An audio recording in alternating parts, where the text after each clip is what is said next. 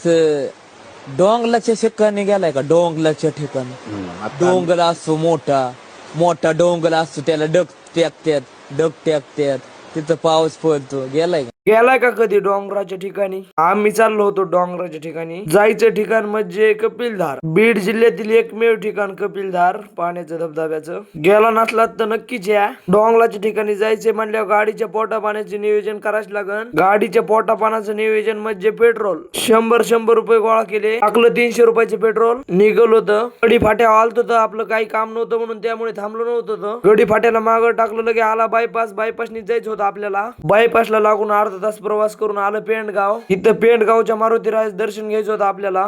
गाडी लावून डायरेक्ट मंदिरात आलो होतं. मंदिरात आल्यावर घंटी वाजली, घंटी वाजून दर्शन घ्यायला लागलो होतं. एकाने दर्शन घेतलं, दर्शन घेऊन निघालो होतं. बसलो गाडीहून, गाडी वळली, गाडी वळून परत बायपासला लागलो होतं. आता कुठं थांबायचं नव्हतं, आता डायरेक्ट कपिलधारला जायचं होतं. आली कपिलधारची पाटी आली म्हणल्यावर इथूनच वळायला लागतंय.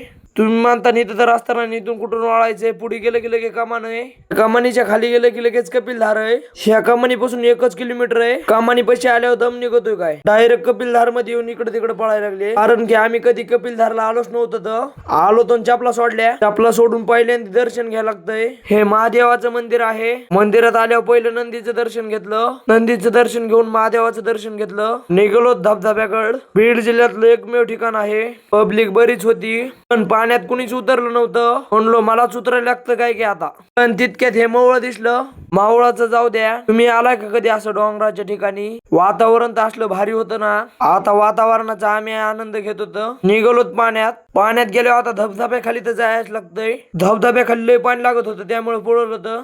जाऊ द्या म्हणलो आता धबधब्याकडे जायचंच नाही. पाण्यात हिंडायला लागलो होतो आम्ही दोघं भाऊ. आम्हाला दुसऱ्या धबधब्याकडे जायचं होतं. तितक्यातच पाय सटकून पडलो मी, पण लागलो नाही, खाली गच्ची केलेली होती.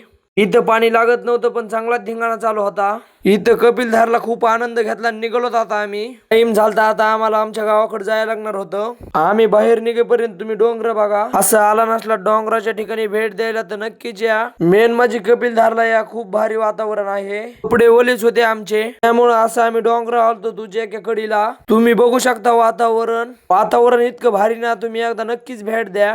जाऊ द्या आता आम्ही चाललो होतो. घ्या फॉलो लाईक करून. भेटू उद्याच्या ब्लॉग मध्ये. जय हिंद, जय महाराष्ट्र.